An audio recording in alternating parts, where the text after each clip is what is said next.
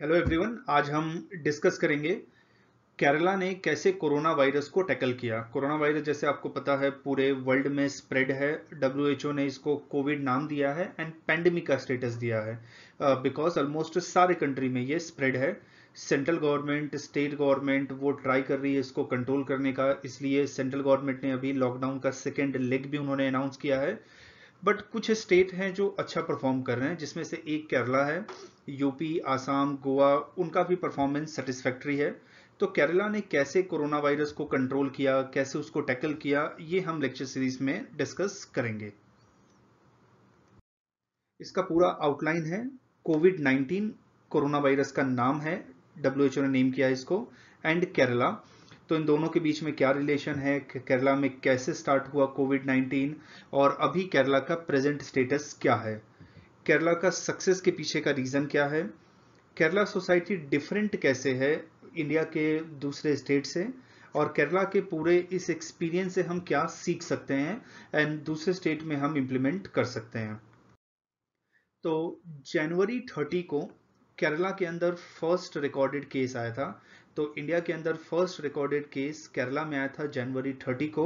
And April 18 को पूरे India में 14,792 केस है, बट केरला के अंदर जस्ट 395 केस है और केरला 10th रैंक पे अभी है।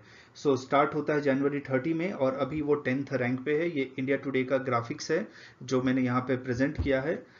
18 अप्रैल 2020 का डेटा है।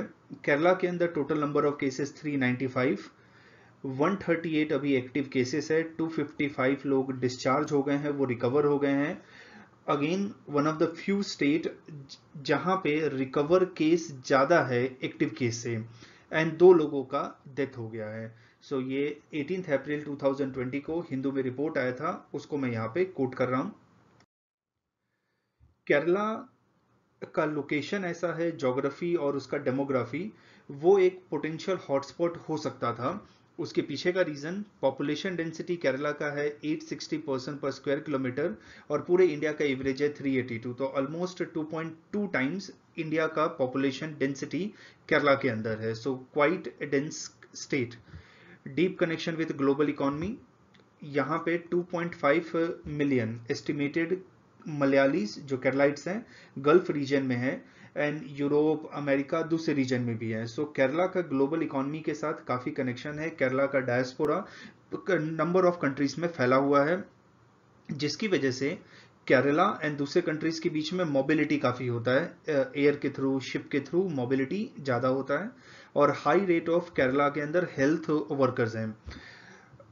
एक मेरा फ्रेंड है केरला में, वो ऐसा कहता है कि नॉर्मली आप केरला के किसी भी हाउस होल्ड में चले जाओ तो एटलीस्ट वहाँ पे एक लोग ऐसा होगा जो गल्फ में जॉब कर रहा होगा, एंड एक ऐसे होंगे जो हेल्थ सेक्टर में होंगे, मोस्टली नर्सेस की तरह वो जॉब करते हैं।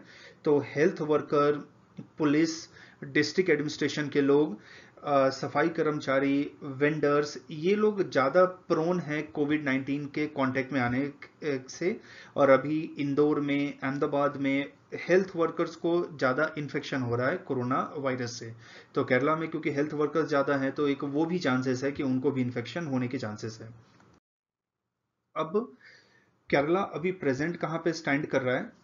केरला के अंदर डेथ रेट 0.8% है, विच मीन्स जितने लोगों को कोविड 19 इन्फेक्शन होता है उसमें से 0.8% लोगों का ही डेथ होता है। उसके बाद है राजस्थान, तमिलनाडु और सबसे हाईएस्ट है महाराष्ट्र का 6। सो इंडिया के अंदर लोएस्ट परसेंटेज डेथ रेट है केरला के अंदर। केरला का कर्व पीक हुआ था 266 ऑन अप्रैल 7 और उसके बाद उसके अंदर नंबर ऑफ केसेस जो है वो डाउन हो रहे हैं। सो केरला पहला स्टेट था जिसने अपने कर्व को फ्लैट किया था। कर्व फ्लैट कब होता है? जब पीक केसेस हो जाएगा और उसके बाद नीचे आने लगते हैं केसेस, तब कर्व फ्लैट होता है। केरला का सोसाइटी कैसे डिफरेंट है इंडिया के दूसरे स्टेट से? एक, पब्लिक हेल्थ केयर वहां पे ब्रॉड एंड डेंस है। मोस्टली केरला का हेल्थ केयर सिस्टम है वो गवर्नमेंट हेल्थ केयर सिस्टम है, बहुत सारे डिसीज को कवर करता है प्राइमरी, सेकेंडरी, टर्शरी में। डेट्स वाई वो ब्रॉड बेस है। और डेंस डिफरेंट नुक एंड कॉर्नर ऑफ केरला में वो प्रेजेंट है, विलेज में, म्यूनसिपालिटी में प्रेजेंट है। केरला के अंदर 100% लिटरेसी रेट है, लोग लिटरेट होते हैं, एजुकेटेड होते हैं, तो उसके साथ एक अंडरस्टैंडिंग आता है, एक मैच्योरिटी आता है, तो वो केरला के अंदर है। वहाँ पे सोशल कैपिटल है, one of the diverse state of India, जहाँ पे डिफरेंट रिलीजन के लोग रहते हैं, बट फिर भी कम्युनल राइट्स के इंसिडेंट वहाँ पे देखोगे तो रेयर रेयर है, और इतना रेगुलर अकर नहीं होता जितना दूसरे स्टेट्स में है। सो गवर्नमेंट के बीच में, सिविल सोसाइटी के बीच में, डिफरेंट कम्युनिटी के बीच में एक ट्रस्ट एंड कॉपरेशन है वहाँ पे, जिसकी वजह से गवर्नमेंट को कन्विंस करना इजी हो जाता है वहाँ के लोकल पॉपुलेशन को। एंड अभी जो प्रेजेंट गवर्नमेंट है उसके पास एडमिनिस्ट्रेटिव एक्सपीरियंस है। 2018 में निपा वायरस आउटब्रेक हुआ था, उसको उन्होंने कंटेन किया था, एंड 2018 में ही फ्लड हुआ था, उसको उन्होंने कंटेन किया था। तो ऐसे डिजास्टर एंड एपिडेमिक्स को कंट्रोल करने के लिए उनके पास एक एडमिनिस्ट्रेटिव एक्सपीरियंस है। केरला के सक्सेस के पीछे का क्या रीजन है? फर्स्ट रीजन, केरला गवर्नमेंट ने 20,000 करोड़ का एक कॉम्प्रिहेंसिव इकोनॉमिक पैकेज अनाउंस किया था।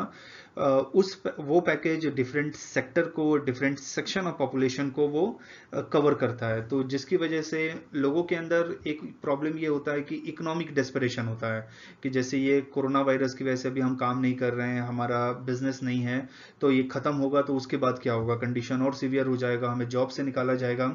तो ये एश्योर करने के लिए केरला गवर्नमेंट ने एक इकोनॉमिक पैकेज अनाउंस किया था। उन्होंने एग्रेसिवली टेस्टिंग किया।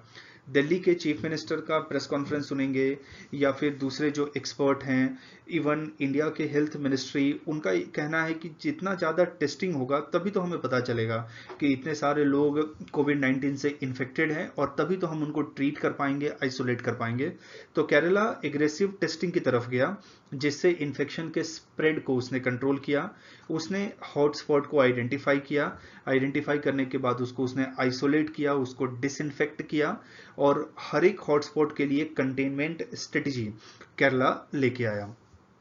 डिफरेंट ऑथोरिटी, हेल्थ डिपार्टमेंट के लोग, डिस्ट्रिक्ट एडमिनिस्ट्रेशन के लोग, आशा वर्कर्स, मेडिकल डिपार्टमेंट के लोग, सबके साथ एक प्रॉपर कोऑर्डिनेशन उन्होंने बिठाया, एंड डिफरेंट जुरिस्डिक्शन को उन्होंने कवर किया। तो कोऑर्डिनेशन भी काफ़ी मैटर करता है, जैसे आपको ट्रांसपोर्ट अथॉरिटी के साथ कोऑर्डिनेट करना पड़ेगा, पुलिस के साथ, सिविल सोसाइटी के साथ, पब्लिक के साथ, रिलीजियस लीडर के साथ, हेल्थ अथॉरिटी के साथ। तो इनका कोऑर्डिनेशन एक बहुत अच्छा था। पब्लिक के साथ ये कांस्टेंट कम्युनिकेशन कर रहे हैं। हेल्थ मिनिस्ट्री ऑफ इंडिया वो भी डेली प्रेस ब्रीफिंग लेके आता है, और जिसके थ्रू कुछ फैक्ट्स एंड फिगर हैं कोरोना वायरस को लेके, वो पब्लिक के सामने प्रेजेंट करते हैं, कुछ मिसकंसेप्शन है उसको दूर करते हैं। तो केरला ने भी एक ऐसा कम्युनिकेशन सिस्टम पब्लिक के सामने वो लेके आई, जिससे पब्लिक को वो बताते थे facts and figure of corona virus और कैसे उससे आप बच पाओगे। इनका एक रोबस्ट डिसीज सर्वेलेंस सिस्टम था, जिसके थ्रू वो लोगों को ट्रेस करते थे कि ये कोरोना वायरस पॉजिटिव है, इसके कांटेक्ट में कौन कौन आया, ओके उसको भी चेक करते हैं, हो सकता है उसके अंदर भी पॉजिटिव कोई केस हो, किसी को उसने इन्फेक्ट किया हो। तो एक रोबस्ट डिसीज सर्वेलेंस सिस्टम था। जितना ज़्यादा आप टेस्ट करेंगे, जितना ज़्यादा ट्रेस करेंगे, उतने ही ज़्यादा पॉजिटिव केसेस आने के चांसेस हैं, और पॉजिटिव केसेस एक बार आपके अंदर आएगा, देन आपके पास अपॉर्चुनिटी है कि आप उनको ट्रीट करो, आप उनको आइसोलेट करो, आप उनको कंटेन करो। बट आपको पता ही नहीं चलेगा कौन बीमार है, तो आप कैसे कर पाएंगे? लास्ट, केरला के अंदर सोशल डेमोक्रेसी है, because different social movement, history में आप पढ़ेंगे तो केरला में 1947 से लेके अभी तक बहुत सारे डिफरेंट मूवमेंट हुए। टेम्पल एंट्री मूवमेंट हुआ, लिटरेसी के लिए हुआ, फीमेल एम्पावरमेंट के लिए हुआ। तो इस सारे के सारे मूवमेंट में पीपल का पार्टिसिपेशन था, ये एक मास मूवमेंट की तरह था, और उन्होंने एक ऐसा गवर्नमेंट सिस्टम बनाया जो अकाउंटेबल है। तो जितना ज़्यादा सोसाइटी डेवलप होगा, उतना ही मैच्योर हमारा पॉलिटिकल सिस्टम होगा। तो केरला के अंदर सोसाइटी के अंदर डेमोक्रेसी है, बिकॉज ये सोशल मूवमेंट की वजह से लोग पार्टिसिपेट करते हैं, गवर्नमेंट से क्वेश्चन पूछते हैं, तो गवर्नमेंट के ऊपर हमेशा प्रेशर रहता है वो ये परफॉर्म करने का। अगर गवर्नमेंट से कोई क्वेश्चन ही नहीं पूछेगा तो गवर्नमेंट कैसे परफॉर्म करेगा? बहुत सारे डेमोक्रेटिक कंट्री में वो फेल इसलिए होते हैं क्योंकि सिटीजन डिमांडिंग नहीं होता। जब सिटीजन डिमांडिंग नहीं होगा, सिटीजन पार्टिसिपेट ही नहीं करेगा, तो गवर्नमेंट कैसे परफॉर्म करेगा और क्यों परफॉर्म करेगा? तो यहाँ पे सिटीजन इन्फॉर्म है, तो जो भी गवर्नमेंट ने ऑर्डर दिया, सिटीजन ने उसको समझा और इजीली उसको कंप्लाई किया। यहाँ का लीगल एंड इंस्टीट्यूशनल सिस्टम जो है वो कैपेबल है ऐसे पब्लिक हेल्थ इमरजेंसी को टैकल करने के लिए। यहाँ का सिविल सोसाइटी हाईली मोबिलाइज है, तो गवर्नमेंट के पास ऑफिसर्स नहीं होते, उतना मैन पावर नहीं होता, तो सिविल सोसाइटी ने वॉलंटरली वर्क किया। डोर टू डोर जाके उन्होंने आइडेंटिफाई किया लोगों को जो प्रोबेबल कोरोना पॉजिटिव हो सकते हैं, उनका कांटेक्ट ट्रेसिंग किया। से मैं कोरोना पॉजिटिव हूं तो कोई मेरे कांटेक्ट में आया है तो उसका मैं ट्रेसिंग करूंगा जिससे पता चले कि उसको इन्फेक्शन हुआ है नहीं हुआ है। इन्होंने कम्युनिटी किचन रन किया है। केरला के अंदर एक ऑर्गेनाइजेशन है वो डेली 3 लाख मील बना के और लोगों को सर्व करता है ताकि कोई भूखा ना रहे, और ऐसे कम्युनिटी किचन इंडिया के भी दूसरे स्टेट में चल रहे हैं। तो एक हाईली मोबिलाइज सिविल सोसाइटी है। लोकल गवर्नमेंट को यहाँ पे इन्होंने एम्पावर किया। अभी गवर्नमेंट के मेजर प्रोग्राम पंचायत के थ्रू, अर्बन लोकल बॉडी के थ्रू इंप्लीमेंट होता है। अगर आप लोकल गवर्नमेंट को एम्पावर करेंगे तो different region, different strategy, because of different culture, because of different society, तो लोकल गवर्नमेंट अच्छे से काम कर पाएगा। बट अगर आप सारा का सारा कुछ सेंट्रलाइज होगा तो वो थोड़ा डिफिकल्ट हो जाता है। तो लोकल गवर्नमेंट को इन्होंने एम्पावर किया जिसने हॉटस्पॉट को कंटेन किया और उसने माइग्रेंट वर्कर का टेक केयर किया। अभी एक सबसे बड़ा चैलेंज इंडिया के सामने है माइग्रेंट वर्कर का। से मैं यूपी का हूँ और अभी मैं महाराष्ट्र में फंसा हुआ हूँ। मैं अपने घर नहीं जा सकता, जॉब नहीं है मेरे पास, जिसकी वजह से मेरे पास इनकम नहीं आ रहा, तो मैं महाराष्ट्र में भी अपना केयर नहीं कर सकता। तो कुछ भी रूमर्स आता है तो एक डेस्परेशन है मेरे अंदर मेरे घर जाने को, क्योंकि मैं अगर अपने घर जाऊंगा तो मैं अच्छे से रह पाऊंगा, लेकिन अगर मैं यहाँ पे हूँ तो मुझे दूसरों पर डिपेंड करना पड़ेगा फूड के लिए या दूसरे नेसेसिटी के लिए। इसलिए माइग्रेंट्स अपने घर जाने के लिए कभी कभी प्रोटेस्ट करते हैं या सड़कों पे आ जाते हैं, जिससे और इनकन्वीनियंस होता है। मेरा ऐसा मानना है कि अगर हम माइग्रेंट्स को उनके घर पे हम पहुंचा देते हैं टाइमली, जिसके वजह से जो होस्ट स्टेट है जहां पे अभी वो है उसके ऊपर प्रेशर भी कम आएगा, और जब प्रेशर कम आएगा तो वो और अच्छे से परफॉर्म कर पाएगा। एंड केरला अपने सिटीजन को ऐसे क्लाइंट की तरह ट्रीट नहीं करता, अपने सिटीजन को ऐसे कस्टमर की तरह ट्रीट नहीं करता। आप जब क्लाइंट एंड कस्टमर की तरह सिटीजन को ट्रीट करेंगे, विच मीन्स वो आपको पैसे पे कर रहा है तो आप परफॉर्म कर रहे हैं।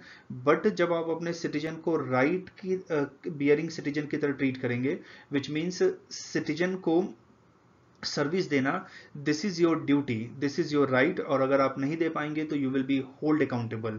सो Kerala is treating its citizens not as customer और client but as right bearing citizen, and it is the duty of Kerala government to give services to its citizens.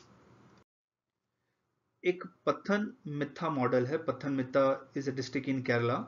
तो वो मॉडल काफ़ी सक्सेसफुल हुआ है। 3 मॉडल कोविड-19 को कंट्रोल करने के लिए काफ़ी ज़्यादा न्यूज़ में है। एक भिलवाड़ा मॉडल इन राजस्थान, दूसरा Agra model Uttar Pradesh, and third Pathanamthitta model in Kerala.